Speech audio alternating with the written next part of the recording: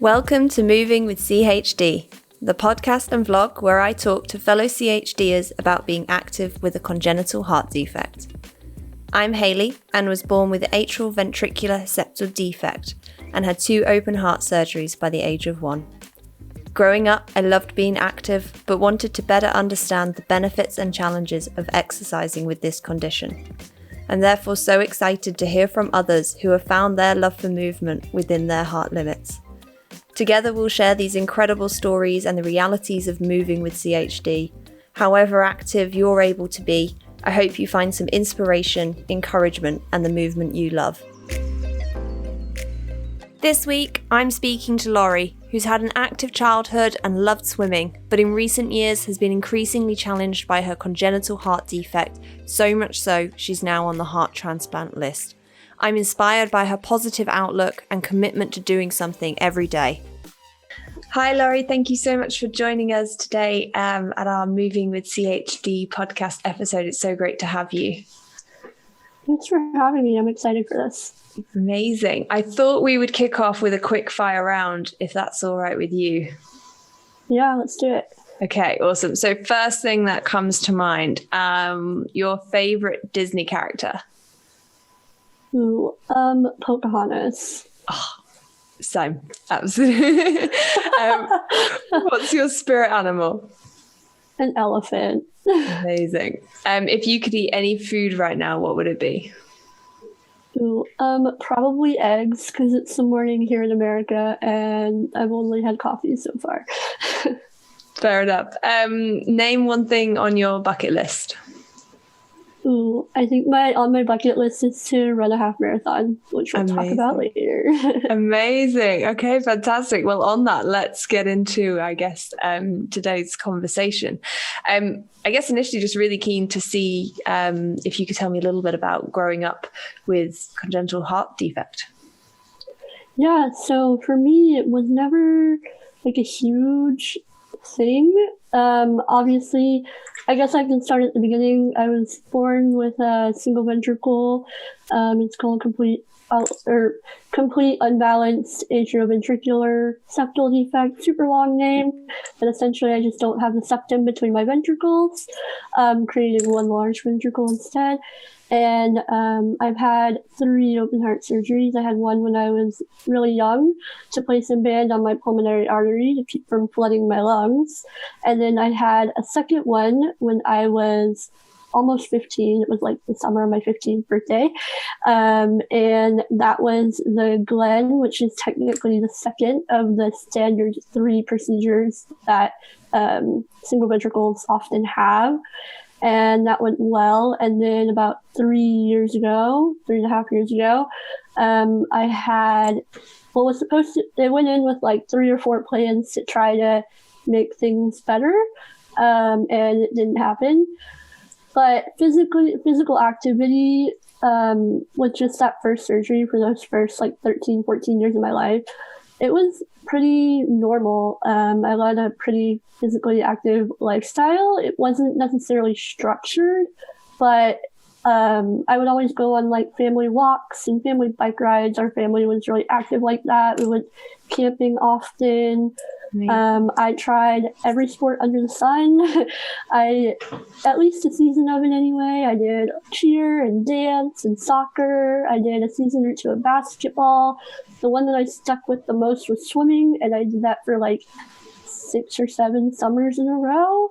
Wow. Because here in America we do summer swim team. And so, yeah, that was kind of my childhood growing up, and CHD was there, and my doctors never really put limits on me. They just told me to go and find my own limits and stick with it. No, so I think a lot of my childhood was really just trying and playing around with those limits and seeing where they were.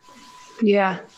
Amazing. I mean, it sounds like you were like super active. It's, similar to me, just having a generally active, not necessarily structured lifestyle. So I think you sort of hinted at this. So I guess how's that sort of changed for you in the last couple of years? So I went off to college at a very large university. It has like 60,000 plus students, so very large. And I would walk between 3 and 5 miles a day for classes and like doing extracurriculars and stuff. And honestly, that was the best thing for my heart and the worst thing for my heart. I was just kind of pushing and pushing and pushing. And I was staying within my limits most of the time. But over time, it just kind of wore me down. And also, I was already kind of on the trajectory of heart failure, and not necessarily the heart muscle failure, but circulation failure. I've always struggled with low oxygen saturations, and over the past like 4 or 5 years, they really tanked, and not really from baseline, but anytime I move, they go really low. For perspective, I normally sit at rest now in like 80, low 80s. But the moment I start getting up and doing things, like even walking to my kitchen, I'll dip into like the low 70s and the 60s. And so that's not great. Yeah. And so it's really slowed me down. I can't do what I used to do. Even as I went through college, I wasn't able to keep up that 3 to 5 miles a day walking. It just was too much. So I had to figure out other ways to get around. Fortunately, with a large school, they have buses and public transportation and stuff like that. So I was able to do it, but it was definitely a struggle at times. Yeah, I mean, it sounds like it. And now what's, I guess, sort of what's your position now with your congenital heart defect? Are you still sort of having regular visits and cardiology appointments? Yeah, so all the college stuff kind of led my doctors to go back to the drawing board multiple times. And I know I frustrated a lot of them because they couldn't ever figure out anything else they could do for me, except list me for a heart transplant. So I went through the whole workup for a transplant over my last academic semester of my undergrad, which was last fall. And I went through the formal 3-day evaluation in December during finals, because a lot of times upperclassmen don't have finals. Okay. And then I fast forward a couple more months, and I finally got listed on February 24th. So it's been over 270 days on the list right now. And so that's kind of where I'm at now. And I moved to Houston and started grad school as well. So keeping busy then on the side. Of course. Yeah. You can't just stop. No. And so, I mean, what is that experience like being on the transplant list? So a lot of people think transplant is a cure-all. And I mean, in reality, it really trades one disease for another. It trades one disease of like heart failure, low O2 sats, feeling crummy in that way all the time, to a disease of immune compromise and kind of having to be careful around all of that. It'll kind of be like living in a COVID world all the time. I mean, maybe not as strict, but, similar. And so it's kind of scary, but also for me, transplant has been on the table for at least 3 years. And so I've had a lot of time to process it. And I've talked to a lot of friends, a lot of family, and honestly, a lot of professional counselors as well, just to kind of process through all of it. I mean, with CHD, there's a lot of mental things to process through as well. And then just adding the transplant on at the end is really something else, because it's really like an end of the road thing. And so you have to confront all of the ugly stuff in order to kind of process and, be prepared for when a transplant comes. But also, while waiting, I've seen that there's 2 options. You either kind of stop everything and you wait, and a lot of days you feel so crappy that that's all you want to do. But I've kind of chosen the way that, okay, well, I'm going to have this time in Houston, which is the city I grew up in. It's one of my favorite cities. And I'm really love school, and I was ready to kind of move on to the next chapter of school. So I was like, I might as well just keep going. And so that's when I decided to start a master's of public health in epidemiology. And so that is what I am working on right now as I wait. And like I said, some days are easier than others. I just got off of a 6-week period where it seemed like school and transplant stuff kind of collided and exploded in my face, and I had to deal with it all at once. And times like that come, and you just kind of have to take them as they come. So. Yeah, I can imagine. I mean, I love your sort of attitude and approach to that, though. You just sort of get on and do what you can do in that time. I mean, if you've been waiting like over 270 days already, I mean, you've got to at some point just carry on, I guess. Yeah, you have to pretend like, I mean, not pretend, but act like it's normal life. And that doesn't mean that you're forgetting about that you're on the transplant list or you're ignoring it or putting it off or anything. It just means that, like, okay, I have all this time. Like, I'm not just going to sit here and stay static. You got to keep moving forward. Yeah, absolutely. And do you know what the, I guess, post-transplant, what your abilities will be to lead this sort of active lifestyle you used to, or, do you know what that will look like? So, obviously not 100% sure. Transplant's a whole different animal than regular open heart surgery. And honestly, about the whole transplant process, a lot of people are afraid about the surgery because they've never had it before. For me, that's kind of the least of my worries. I mean, it's still up there, but it's not the part that's freaking me out the most, I guess. And transplant tends to go really well, or there tends to be quite a few complications. So it really depends on how everything goes and at what rate everything goes. But honestly, 2 ventricles is always going to be better than 1. 4 full chambers is going to be better than 4. Yep. Or 2. No, whatever. I can't do math. 3. There we go. And so I really hope that I think it will improve my quality of life. And a lot of my doctors have even said, like, once you get transplanted, and maybe not the first year, but after that, you will realize that, like, you don't even realize how sick you are right now. And so I'm really ready for that. I've always wanted to be more physically active than I have been able to be. I've never really been able to, like, run or walk any long distances or do really anything aerobic. And so I am very ready for that. And I'm hopeful that it'll happen. Yeah, I can imagine. I hope so too. I mean, I know from when we've sort of spoken previously that you do still try to be active, within your limits now and what you can do. I guess, what do you enjoy doing when you can, and what does that sort of look like for you now? Yeah, so for right now, I mainly take walks as often as possible, either when I feel like it or when the weather permits. I live in Texas in the United States, where it's, upwards of 90 degrees for 6 months of the year.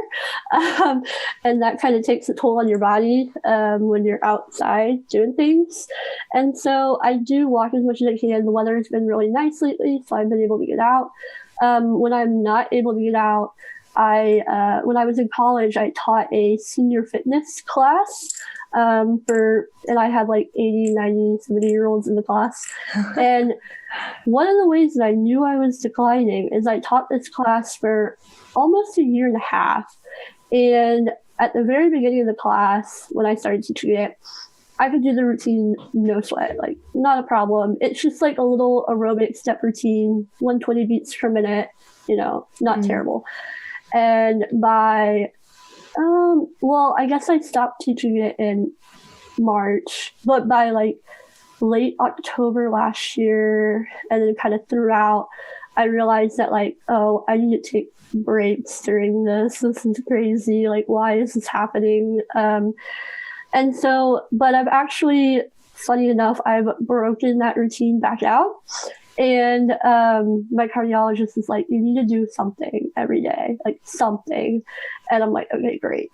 And so I've broken the routine back out. I don't do it at 120 BPM anymore. I put on a TV show or something and just do it at my own pace. It takes me like, 4 or 5 times of a break to get through. But, at least it's something. And I also do some mild body weight training. I do a lot of like sit-ups and a lot of ab work and leg raises and donkey kicks and, just things to kind of get the abs and the legs moving a little bit and stronger. When I had my 3rd open heart surgery, I actually had to I was enrolled in a class the previous semester that was like absolutely ridiculous. You had to meet all these physical standards in order to like pass the class. It was the best B in college I ever got. But I was fit going into that 3rd surgery. Like I had to do like 75 sit-ups in one go. Wow. For the class. And so my abs were ready and I was doing a ton of squats. So the hams and the quads were ready. And so when I went to when the physical therapist came to get me out of bed the first time, they're like, do you need help? I'm like, no, I think I can get it. And I was able to do it because I had the core strength and the upper leg strength. And so I'm just trying to build that up again slowly. And so whenever transplant does come, I'll have that on my side at least. Yeah, you'll be prepared. Yeah, amazing. And I guess you touched on it there. So that's obviously sort of helping drive you to be active at the moment as well. What are the sort of benefits you get from exercising and working out? For me, a lot of it is mental. Exercise is a huge mental help for me. In the past few years, it's been a little bit of a love-hate relationship though, because I know that feeling. Yeah. And so like I'll be sitting all day and I'm like, oh my God, I need to get out of this place and like go for a walk or do something, like move my body. And then I come back and my body's like, why did you do this? And so it's a little bit of a struggle, but overall I do it mainly for mental health and to prepare my body as best as I can to try to keep all that muscle mass there. I know I've lost some over the past 6-8 months because in quarantine you don't do a whole lot and you have to force yourself to work out, and so it's not as easy to stay with it. And so, yeah, I'm just trying to prepare my body, prepare my mind, keep myself sane. That's what exercise does for me. Yeah.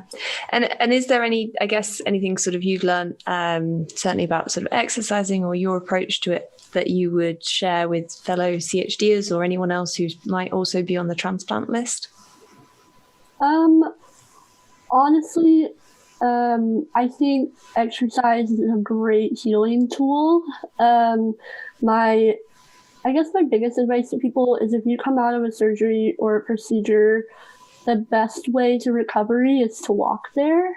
And so get out of bed as much as you can, get off the chair, get off the couch. This is really for anybody. Walking is the easiest, most simple thing you can do for your body. If you can only walk 30 yards and need rest, take that rest. If you can, walk a mile, do it. If you can run, do it. It's super simple. It's free, which is great.